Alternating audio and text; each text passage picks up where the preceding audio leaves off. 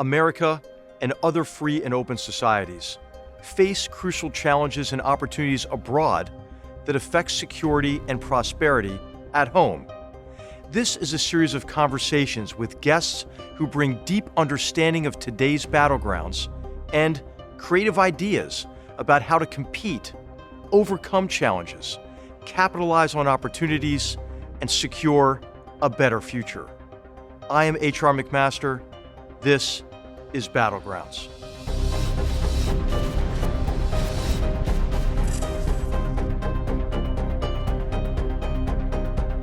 On today's episode of Battlegrounds, our focus is on Afghanistan's troubled past, perilous present, and prospects for the future. Our guest, Lieutenant General Sami Sadat, is a leader of the Afghan army who devoted his career to defending his nation and protecting the Afghan people from Taliban aggression. General Sadat grew up during the final years of the Soviet occupation of Afghanistan. At that time, Mujahideen fighters supported by the intelligence services of the United States, Pakistan, and Saudi Arabia fought against the Soviet Army and the Soviet-backed Afghan government. In 1989, as Soviet troops departed and the Soviet Union began to collapse, support for the government in Kabul dried up.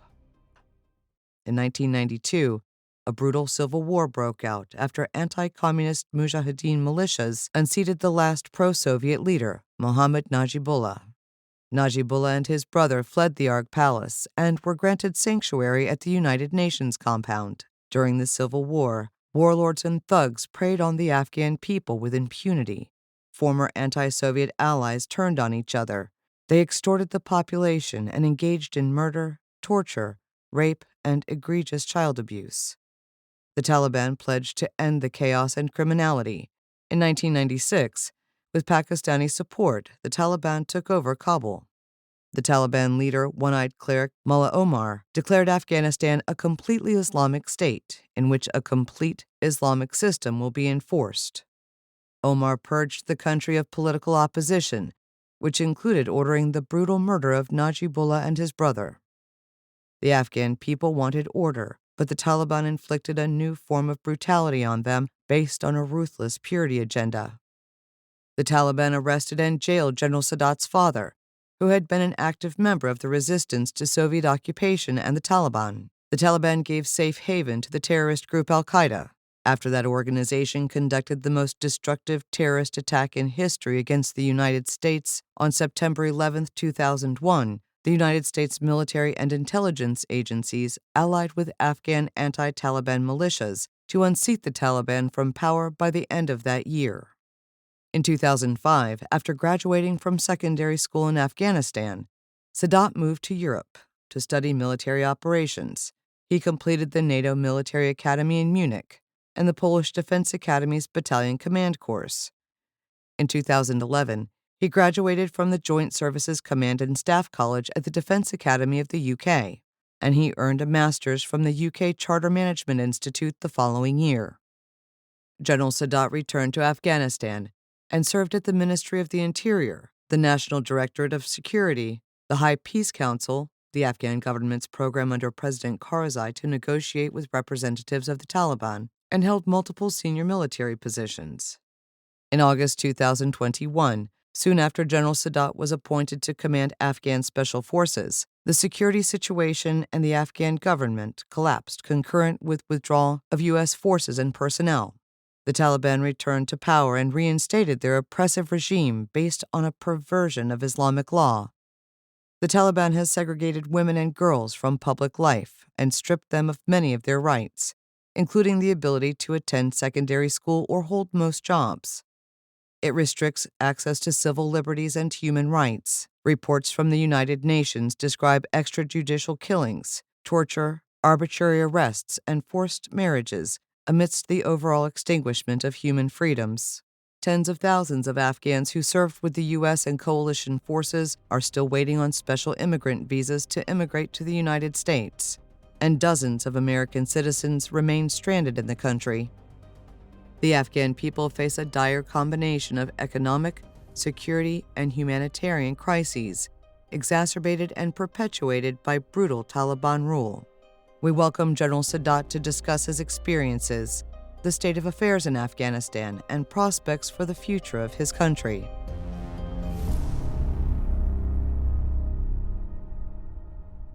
General Sami Sadat, welcome to Hoover, welcome to Stanford University. It's a real privilege to host you here for Battlegrounds. Thank you so much for joining us. Thank you for having me, General McMaster. It's an honor and a privilege to sit down with you on this podcast. No, it's an honor for me to sit down with a fellow soldier who fought with such courage and under the most difficult conditions one can imagine up to the last moment in Afghanistan, which is heartbreaking for both of us, and especially for you and your family who have borne the brunt of the disaster in Afghanistan since August of 2021. I'd love to talk to you about a lot of things here. There's so much to talk about, but I thought we might just begin with the present. Right? It's very hard these days because of the brutality and of the Taliban regime and the control they've exerted over the country to understand what's happening in the country now. Could you maybe explain to our viewers how you see the situation in Afghanistan today? So, General McMaster, brother, a couple of things that are seriously impacting the daily life of Afghans is one is the economy has completely collapsed, unfortunately. Second is the brutality of Taliban. Violence is in every single door. Violence is on the street, violence is in the school, violence is in the bazaar, in the marketplace. Everywhere you go, the Taliban come and beat people. They mess with people's how you look. Not only women, but actually man as well. The harshest restrictions came on Afghan women. Women are not allowed to go out of house without a male chaperone. Women are banned from education. Women are banned for working outside. Unfortunately, this is one of the darkest things that in 2023 a nation can undergo. This is basically literally savagery in the modern era. I would say this is the lowest human point that anyone can get. Is the Taliban bringing the Afghan people into that point. The third thing which can affect the rest of the world is really terrorism. General McMaster, I'm following some of the terrorist groups that are coming back. 16,000 regional terror groups, members of terror groups have moved into Afghanistan immediately after the fall of Afghanistan into the Taliban. And then throughout the last 19 months, I'm following like large number of Al-Qaeda members from North Africa, from Yemen, from Middle East, from Iraq, moving to Afghanistan via Iran. And some of them are bringing their families. And the fourth thing is really the Taliban are creating quite a hostile environment in our region. They already had fights with Pakistan, which was their master. Taliban were literally puppet of Pakistan. But as soon as they took power, they kind of went after the Pakistanis. They had border clashes with Iran. They had border clashes with Tajikistan and Uzbekistan. And it continues to be a very hostile environment. So this, one of the things that I say is terrorism, and you know better than anyone else, is that terrorism does not remain consigned in one location. They tend to go out and do things. In 1997, when the Taliban took over Afghanistan and they invited Al-Qaeda, by 2001, Al-Qaeda pulled 9/11. And if I can just, in 1990s, there was a handful of Al-Qaeda leaders in Afghanistan. It was people like Abu Musab al-Zarqawi, Abu Bakr al-Baghdadi, Saif al-Adil, al-Zawahiri, bin Laden, and we know all of them worked for, but there was a handful of people, and they managed to pull 9/11. Today, as you and I speak, there is 800 Al-Qaeda commanders in Afghanistan. These are more sophisticated. These are much more savvy with how to fight the United States and the rest of the world, and they're battle hardened. So I believe the risk of Al-Qaeda today is much greater than it was in 2001. So really, what I'm drawing from your comments, two big consequences. One is humanitarian, and the other is security related to the growth of jihadist terrorist strength in Afghanistan. One of the elements of self-delusion as we talked ourselves into a complete withdrawal from Afghanistan and so-called ending the endless wars. Of course, wars don't end when one party disengages. This war is continuing. But one of the key elements of our self-delusion was the Taliban was separate in some way from other jihadist terrorist organizations, in particular Al-Qaeda, and the ISI, when in fact it actually, the Taliban depends on this relationship reconstituted with the help of Al Qaeda and ISI after 2001 to 2002. Could you maybe describe how these organizations are intertwined? For example, the kind of unit that took over the Kabul airport after the U.S. withdrawal, which was an Al Qaeda brigade essentially. Could you just explain the nature of this enemy, how they're intertwined? Because I think we try just too hard to disconnect the dots between these organizations. Some of this is assumptions and others are politics, really. I mean, the intelligence community and the US and Afghan military, we knew what was going on. I was leading a counterterrorism unit, a joint CIA Afghan intelligence task force that was targeting Al Qaeda. And in 2017, Al Qaeda has built up their first battle unit after a long time in Ghazni province, Afghanistan. And these were more people from Punjab of India, Punjab of Pakistan, what they called themselves Al Qaeda in Indian subcontinent. We began to realize that this unit was particularly created to contribute man into the battle formation of the Taliban.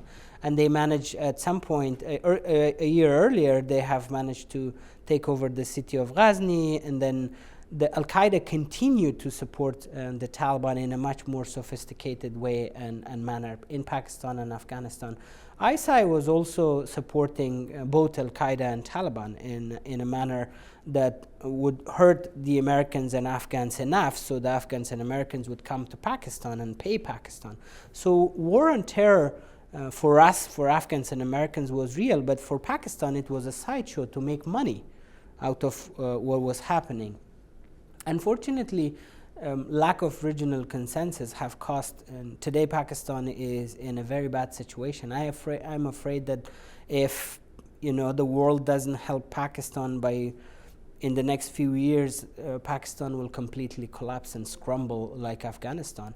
And the problem with that is we're a small nation. We're a nation of 39 million people. Pakistan is almost 300 million people. Pakistan is a nuclear armed nation, that it could have like really, really major global consequences. Today, as we speak, Abdullah bin Laden, son of bin Laden, is in Kandahar. He's married to a Kandahari woman. And the beginning of the Taliban that came to Afghanistan, Abdullah bin Laden was an advisor to Mullah Yaqub, and he was sitting with Mullah Yaqub. He was flying with Mullah Yaqub in the helicopters, and he was known as the advisor.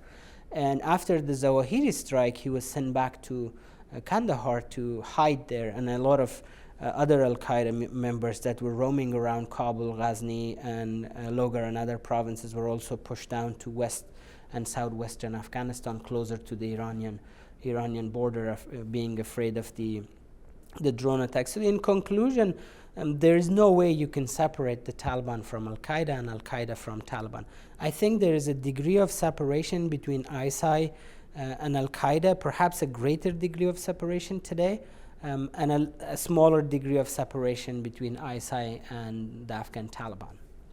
Of course, one of the people that really connects the Taliban with Al Qaeda is Siraj Haqqani, and I thought maybe you could talk about some of the people who are in the Taliban government, and maybe describe even more why it's so dangerous to cede, to surrender to a terrorist organization and give them a nation state. Because of course it's Siraj Haqqani who's printing passports for terrorists who want to travel internationally, for example.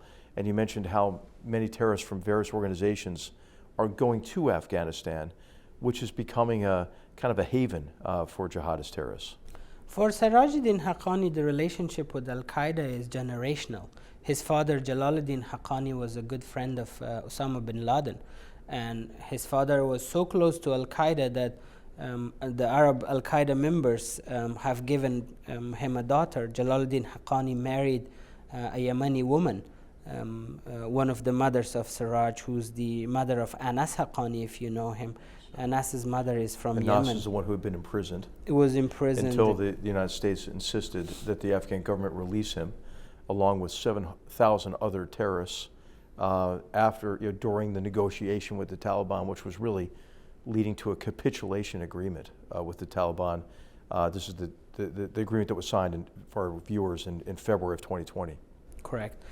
So also with some other Taliban leaders, Al-Qaeda relationship is generational. Like there's a guy, his name is Fathullah Mansour. Fathullah Mansour is the son of Akhtar Mohammad Mansour, the former leader of Taliban. He's in charge of the Kandahar airport today, and he is the one who's taking care of senior Al-Qaeda members, people like Abdullah bin Laden, people like Osama Mahmoud, known also as Abu Zar, who's the leader of Al-Qaeda in Indian subcontinent, and also some other senior Al-Qaeda leaders who are in Kandahar. So the relationship is now growing in a much more cohesive, systematic, and effective way. Not only that, not only the Taliban are giving Al-Qaeda passports and ID cards, but actually they're paying them from the Taliban MOD money. And the Taliban have taken over the consulate services in Beijing, in Moscow, in Tehran, in Islamabad, in UAE, and in Turkey. So I have no doubts that Al-Qaeda members will be using these consulates to connect with one another. And I saw in one of the videos that a Taliban delegation were meeting with Hamas, I think Ismail Hania in Turkey. So that is becoming a normal routine.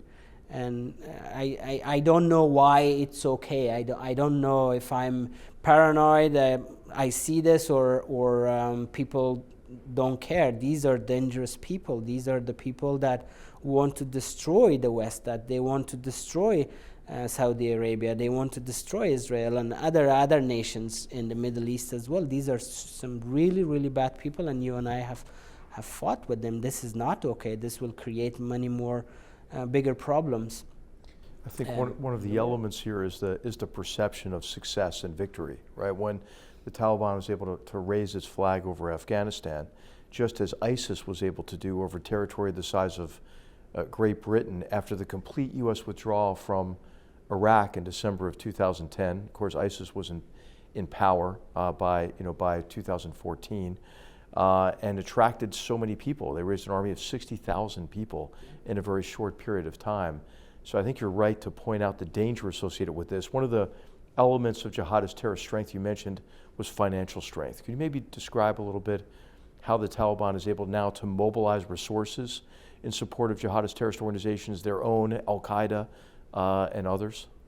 So there is, so when we were fighting in Afghanistan against Al-Qaeda and Taliban, we denied Al-Qaeda time, space, and resources. So what the Taliban, when the Taliban took over Afghanistan, what Al-Qaeda has today is space to freely operate, train, live, and plan, and they have the time on their side. Nobody is looking after them, nobody is going after them.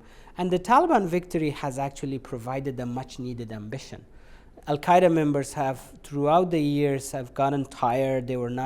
They couldn't talk to one another. There were small pockets across the world, not being able to come under one organization, talk to each other, get the direction they needed. But today they have it. From North Africa, Yemen, Iraq, Iran, and Afghanistan, they have a free pass. So a member of Al-Qaeda can easily travel from Kabul to Iran. From Iran, they load on the ships and land in Somalia or in Yemen or in other parts of Africa. I'm following a trend of Al-Qaeda fighters now being channeled to go into Kenya and Somalia to attack the U.S. installations. One of the things that, brother, I see that United States intelligence assessed that Al-Qaeda does not have the capability to attack mainland United States. I agree with that. But what nobody talks about is Al-Qaeda has the capability to attack U.S. installations overseas. U.S. is not a country only bound to the mainland. As they did in the late 90s with the 2 U.S. embassies in the Horn of Africa. Absolutely. So the U.S. is a global superpower, and if they can kill Americans in Middle East and North Africa, is that okay? Right. Or the Cole, the USS Cole, another example. What I'd like to talk with you about a little bit more even is just the nature of that geographic area and how it's conducive and important to developing jihadist terrorist capability. One of the things we heard from the Biden administration is, Afghanistan, Pakistan, it's not that important because jihadist terrorists are kind of everywhere now, like all the way across to the Maghreb or to West Africa.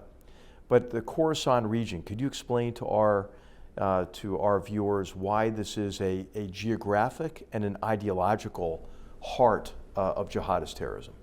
So Afghanistan, first of all, is located in a very strategic vantage points that is connecting Central Asia to Indian Ocean, Middle East to Southeast Asia, and it's such an important corner of the world that connects many different countries together.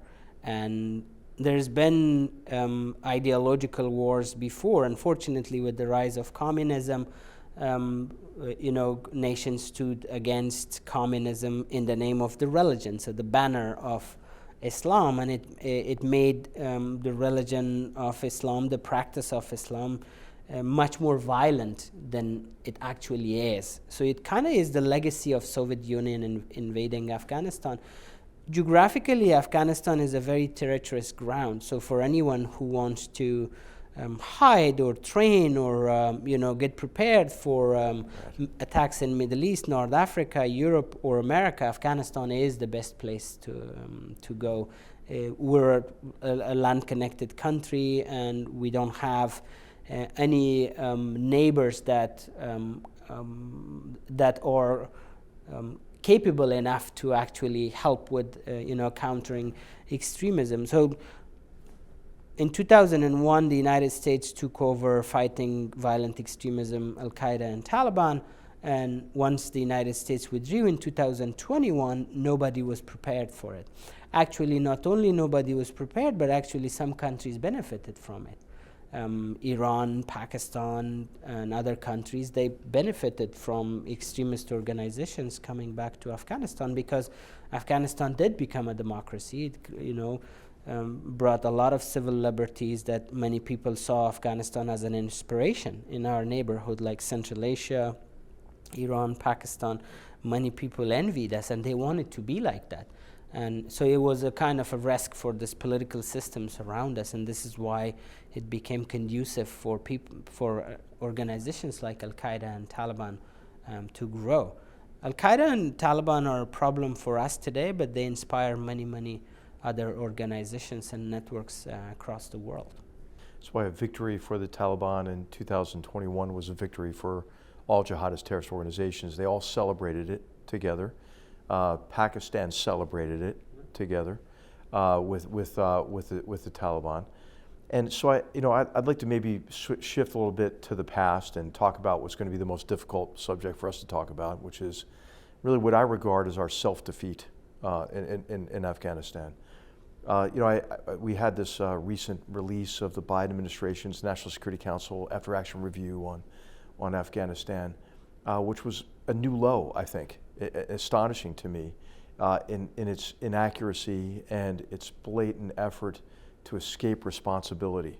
Responsibility that I would say is shared across multiple administrations, especially the latter end of the Trump administration. But could you just in general terms maybe talk about why and how the collapse happened from your perspective? I think the greatest principle that caused the collapses was the Doha Agreement.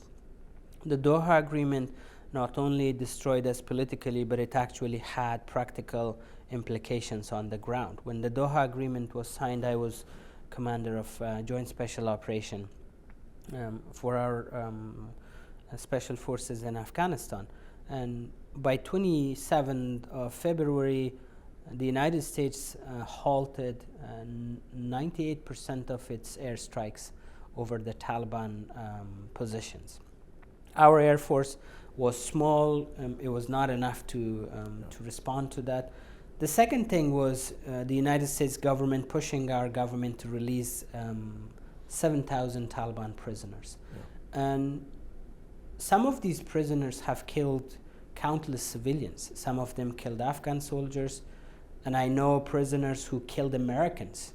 Yes. And they were released. And Australians. And Australians, Canadians. Yeah. And they were released based on the United States pressure, not only recommendation, but it forced our government to release them.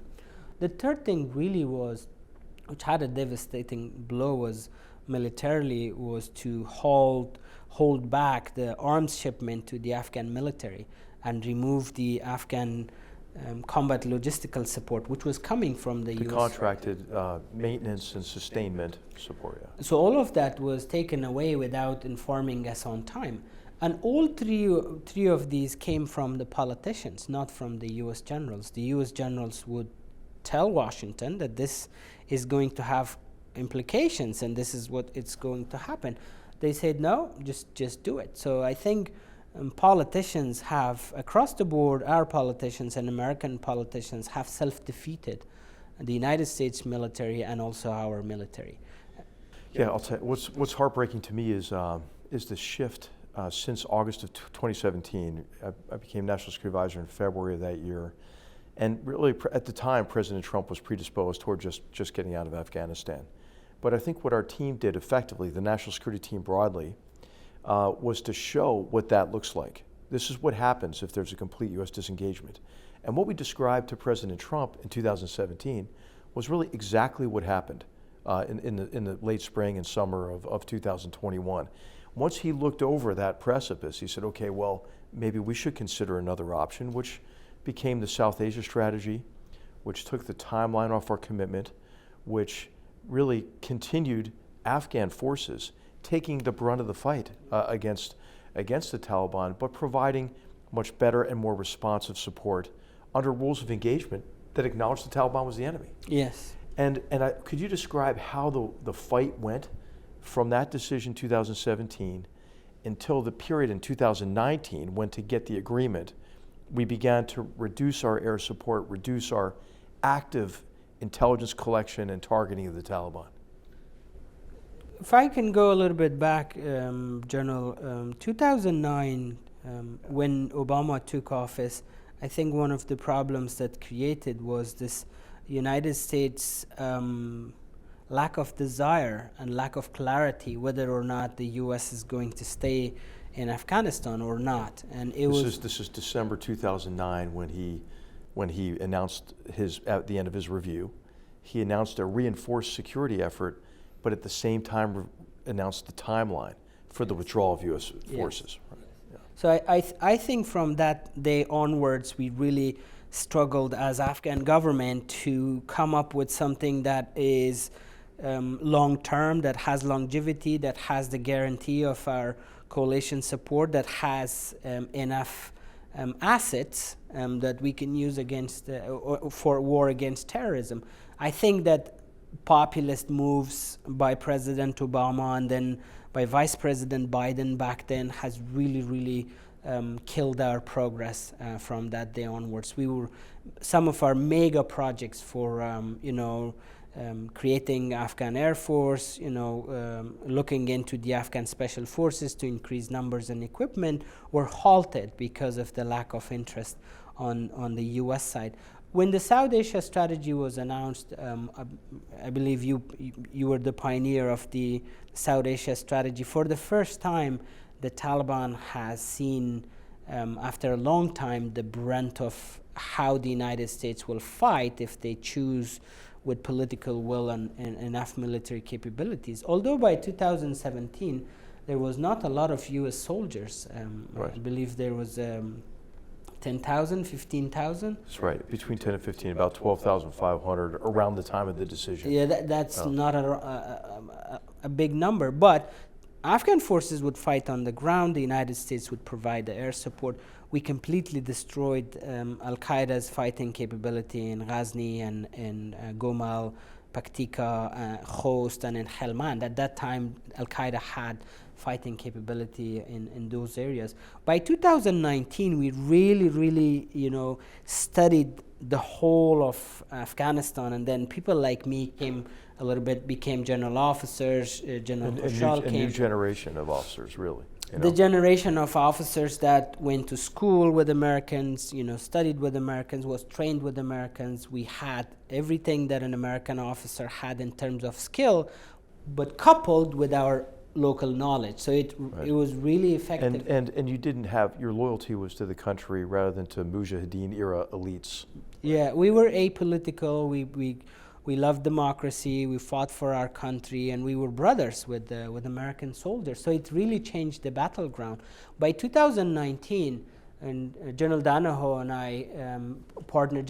Chris Danaher at the time was commander of NATO Special Operation Command Afghanistan. I became commander of Joint Special Operation for Afghan side, and together from January 2019 until December 2019, we destroyed 11 out of 14 Taliban Red units.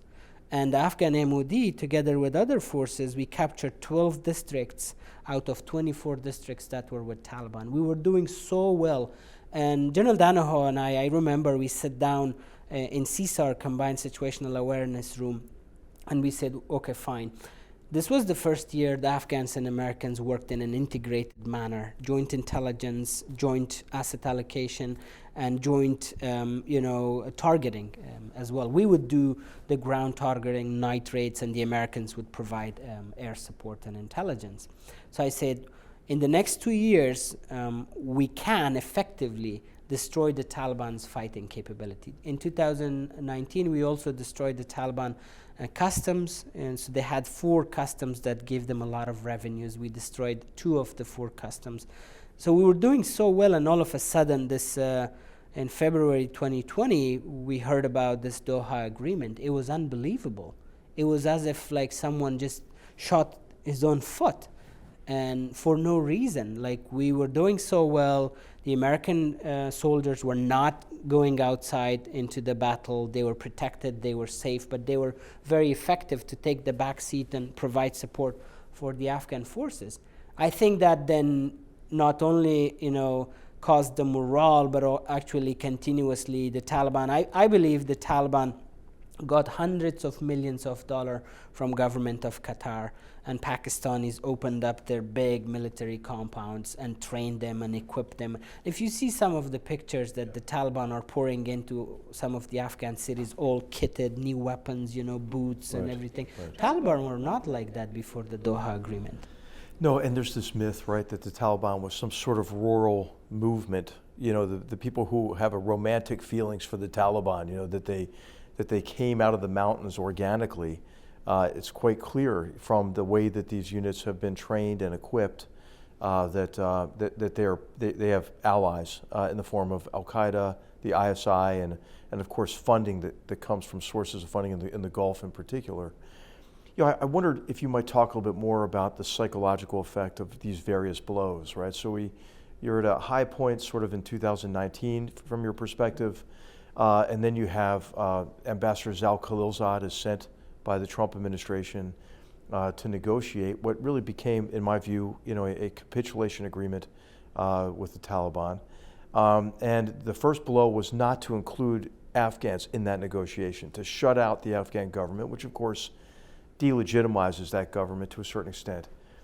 We talked about the other blows that were delivered in the forms of withdrawing air support, not actively targeting the Taliban, forcing the Afghan government to release 7,000 of some of the most heinous people on earth, and then these restrictions on supplies and so forth.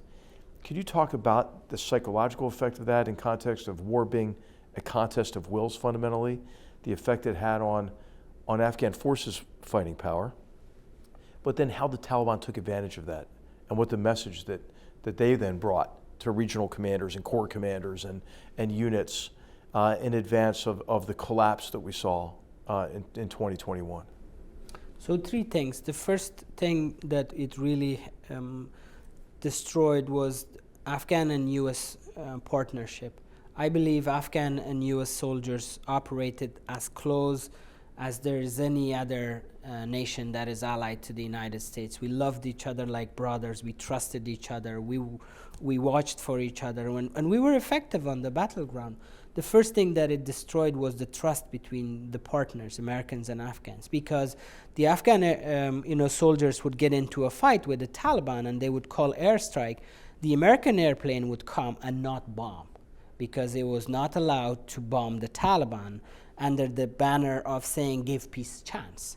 So reduction in violence, gave peace a chance. So General Miller had to call Khalilzad, a civilian, to say like, hey, the Taliban attacked in Zabul and they're killing Afghan soldiers. Khalilzad be like, hold on, do not strike. Let's give peace a chance. Let me talk to Shaheen on the Taliban side, and hey, your guys are attacking. No, General Miller wants to strike them. I told them to hold on. Can you tell your guys to back off? And Shaheen would be like, oh, I'm not in touch with them, and so all of that. And after an hour or so, all the Afghan soldiers would be slaughtered as the American plane, the pilot saw it, we saw it, everyone in the screen saw it. And then the next checkpoint and the next, and then the Afghan soldiers is like, wow, there's some kind of conspiracy. This is the U.S. aircraft, and these are the Taliban killing us, and the U.S. aircraft is not authorized to strike them. So it kind of destroyed our trust between the partners. I had difficult time making our soldiers understand that this is not a conspiracy. There is a political deal. Unfortunately, this is how it works. The second thing was really the role of Khalilzad in destroying the Afghan cohesion from within. Not only during the negotiation, Afghan government was not present, but after, when Khalilzad went to President Ghani and President Ghani didn't really, listen to him carefully, he would go to other Mujahideen leaders, to the warlords, and encourage them to, stand against President Ghani. This is, famously Karzai and Abdullah, probably two significant figures who were undermining the Ghani administration actively, with, I think, really kind of a State Department plan to try to put together a coalition government in their dreams that included the Taliban. This was a pipe dream. I mean, it's astounding to me that anybody could even think that that the Taliban would share power, right? I mean, I was stunned because there was zero plan for transition. There was zero plan for coalition. It was the assumptions in Khalilzad's head, but practically there were no plans. Even if we're transitioning, there should be a plan on how to do it. And I mean, it was shameful. Towards the end of the war, Secretary Blinken would pick up the phone and call President Ghani to resign. Yeah. He didn't do it once or twice. He did it 3 times. And of course, President Ghani is the person who's now been blamed, I think, in ways that are defamatory and not, of course, there are things that he could have done better. There are things that many other Afghan leaders could have done better. But could you maybe talk, and this is difficult, to even bring up, but there has been a tendency on the part of Americans, the Biden administration, particularly in this last, this after-action review, to blame the Afghans, to blame Afghan soldiers, to accuse them of cowardice in the face of the enemy, or to blame Afghan officials for avarice and prioritizing their own financial well-being over the good of the country. And of course, we know there were problems over these years with corruption and criminalized patronage networks and failure to reform, especially within the Ministry of Interior, for example.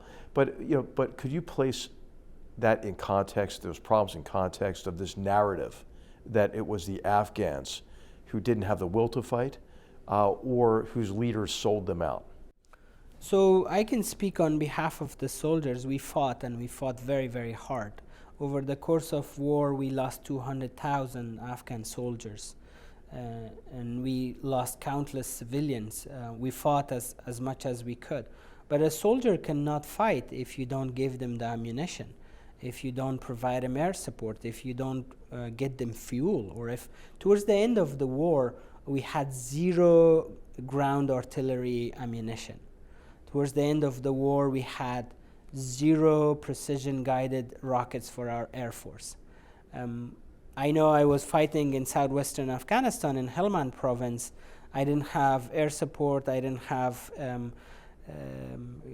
heavy weaponry, artillery, and all that. All I had was M4 and other small arms that I fought. But even with that, we protected the city of Lashkar-Gah, which the Taliban wanted to take Lashkar-Gah first.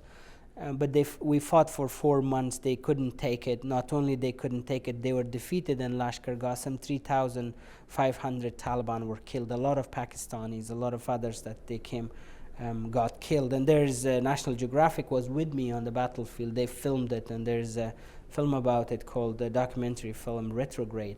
Yes. If you see it, you will know. It's a powerful film. Yeah, so Afghans fought, and Afghans fought hard.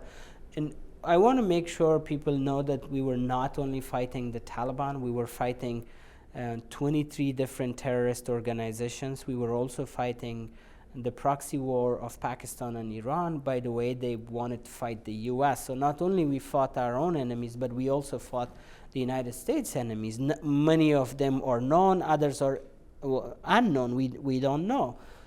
But we were left alone. It was the politics that killed us completely, and that actually brought the failure to us. Just like anywhere else, Afghanistan was also a democracy. We listened to our leaders and we followed their lead. President Ghani was incompetent in many ways, and we didn't like President Ghani. Personally, I myself didn't like him. We had many encounters, and terrible and bad encounters. But he was under-resourced. He was not well-resourced. I think a ring of some super bad people came around him, and they mismanaged a lot of the things that could have been better managed. But the question is, who brought President Ghani? President Ghani is as much of an American as much he is an Afghan. He was a Johns Hopkins professor for 30 years, I don't know. He grew up in America, he studied in America, and he was forced on us by President Obama. Dr. Abdullah won the elections, but because he's our guy, they pushed him, and now it's like, okay, we will take responsibility, but we also want the US to take some responsibility and to bring some accountability. I would like to see Khalilzad being investigated and questioned. It's like why it happened. Khalilzad is talking to Sirajuddin Haqqani and many Taliban leaders today. These are terrorists. Why? Yeah. Well, I think really this effort, this diplomatic effort to engage the Taliban really helped fragment Afghanistan further along the lines of Ghani, who's a Gilzai Pushtun versus the old Northern Alliance and Abdullah, when in fact, I think there was an opportunity over many years to focus diplomatic efforts more internally to help Afghans come together around a common vision for the future that could transcend these sub-identities. Not that Afghanistan was ever going to become free of contention or completely homogeneous, but I think what could be agreed on is that life would be hell under the Taliban and that they needed to cooperate with one another. Instead, I think Ambassador Khalilzad played them against one another to weaken President Ghani, against whom he had a personal feud as well, which is I think even worse. So I'd like to ask you, what you would say about the future of the country, right? So you hear people today, and this actually makes me even sometimes physically ill to hear it. We have to engage the Taliban about the future of Afghanistan. Well, I mean, we know what their vision for the future of Afghanistan is, right? It's the 14th century is their vision for the future. So really, what is an Afghan vision for the future that's different from that of the Taliban? And what are your ideas about what could be done over the long term to begin to reverse the situation and the hell into which Afghanistan has descended after the collapse in 2021? So I would say a couple of things. First of all, General, and you've been to Afghanistan several times, Afghanistan is not the Afghanistan of the 90s. 73% of Afghans are under the age of 30 years old. These are the people who grew in a democratic, free society with civic rights. They have been educated, they travel the world, and this is a completely different nation than we were in the 90s or in the 80s. This generation refused to accept the Taliban, and they're not accepting the Taliban as their legitimate rulers. We will defeat the Taliban. We will fight the Taliban. It's our country. We lost it because of a deception, a strategic deception. Unfortunately, our biggest ally fall into that strategic deception as well. Of course, we didn't have the right leadership to fight the Taliban without the United States help at that time and day. But this is a disaster that opened a new opportunity for people like of my generation that, okay, you know what? We have to plan everything according to what works and what we see should work for our nation, and go back and fight for our liberty. This is exactly what we will do. We will go back and free our country. We will bring Afghan people in around the table again, make Afghanistan the home of every Afghan. and then lead Afghanistan into prosperity. There's no other option to this. If you want to just remain as it is, young people are as much as an asset, but they're also a liability. The Taliban has started a mass re-education system for all these young generation that I spoke about, the generation that socially have transformed completely. They want to re-educate them again into this violent extremism and use them as suicide bombers, as like violent people around the world. So this is the alternative. Which is I would just say it's a form of child abuse on industrial scale. It is, and we've seen it happen in Waziristan, in Baluchistan, and areas in Pakistan where these madrasas were generating suicide bombers. And of course, Suraj Haqqani, the Minister of Interior, gave a speech in Helmand last year where he bragged about the thousands of adolescents he had sent to their deaths as murderers and suicide bombers. Absolutely. Also, we have to look Afghanistan not only as a terrorism problem, but as a strategic vantage point in our world. Afghanistan is located in one of the most strategically important locations of today's world. We are in the middle of 4 atomic powers, between Russia, China, Pakistan, maybe Iran, if they have a nuclear weapon. We are surrounded by 70% of global population. Say China, India, Pakistan, and Bangladesh. These are huge, gigantically populated nations. Then Afghanistan also has Afghanistan is one of the richest countries in terms of resources in our world today. In terms of strategic power competition between the US and China, what happened is now China has the entire Afghan resources. They got the contract for oil and gas, they got the contract for lithium, they're getting the contract for uranium, and we're neighbors with China. So they could, when they're competing with the United States strategically, guess where are the resources coming from? From Afghanistan. So I think the idea of leaving Afghanistan was utterly short-sighted. And I believe that the decision to just leave Afghanistan and see it as it happened was President Biden has a personal vendetta against Afghans. I don't know what it is. But he also self-defeated the United States.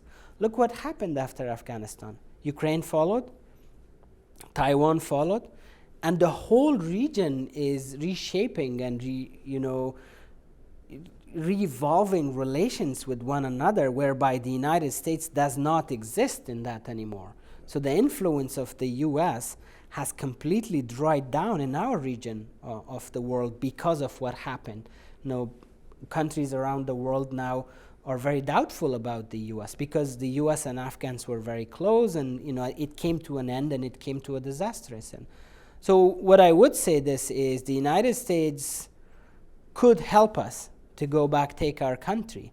And this is such a globally vantage point, not only from extremism and terrorism perspective, in terms of the mineral wealth, in terms of the geographical, geopolitical location that we have. And I would like to see Afghanistan play a much more positive and a much more powerful role in that part of the world, because Afghans are smart, they're capable, they're loyal, and they're good warriors, and they're good business people as well. I think there has to be a recognition that if you want to support the Afghan people from a humanitarian perspective, you have to do that as someone who's anti-Taliban, because the political and ideological order that they've put into place will continue to stifle human freedom and victimize the Afghan people. One of the other myths that I often heard is that that we had to withdraw from Afghanistan because the Afghans are such good fighters. And what I would try to point out is that the Afghans are fighting with us against the Taliban and their jihadist terrorist allies and their ISI patrons. And I think that fundamental misframing of this graveyard of empires narrative was one of the myths that led to this mantra of endless wars. Another one we've talked about is the idea that Afghanistan's not Denmark yet, so therefore we've failed. Well, Afghanistan really didn't need to be Denmark. It needed to be on a path toward reform and strengthening, but it needed a government in power that was fundamentally anti-Taliban and on a path to reform. So we've talked about so much. I'd like to offer you kind of the last word and an effort to kind of sum up here. I think we have been the victims of self-delusion over many years on Afghanistan. We've talked about the elements of that, and clearly with this after-action report, that self-delusion continues. What other message would you give to Americans on, how we can support the future of a country, which you've mentioned? Not only the withdrawal created a humanitarian crisis, it created a security crisis in terms of strengthening jihadist terrorist organizations who are the enemies of all civilized people. But you also mentioned the geostrategic consequences associated with other countries hedging based on a perception of U.S. unreliability. I'm thinking of India, for example, who's been hedging with Russia even after the brutal invasion of Ukraine, because it feels like it needs Russia to protect or to hedge against the threat from China and Pakistan. So I think it's unleashed a lot of dynamics that are important to just geostrategic considerations and long-term security interests. But what else would you say to our viewers about not just the consequences, but now how to mitigate these terrible and significant negative consequences of what I would call the stain of 2021? So I would say three things. First of all, thanks to the American citizens who stood by Afghans in those dark days. When the United States politics failed us, it was the people of America who stood up and showed why Americans are different, why Americans are better than the others, by standing normal citizens, veterans, people like yourself. I remember you called me and said, Sami, do you need anything? I mean, when the administration has completely shut us down, it was the American people who stood by us, who helped us in those dark and difficult times. So we're grateful and we thank you for that. The second thing I would say is America needs to get its politics right. It's always about the military. We need to, make the military more counter-terrorism oriented, or we need to come up with a big navy against the China, or we need to do some asymmetric warfare. Now I see like irregular warfare, and that is not the problem. The United States military is quite capable. What America is missing is also to poise the posture of its politics. Wherever you send the US military, they will deliver you success. The US military is the greatest and the most powerful military in the world.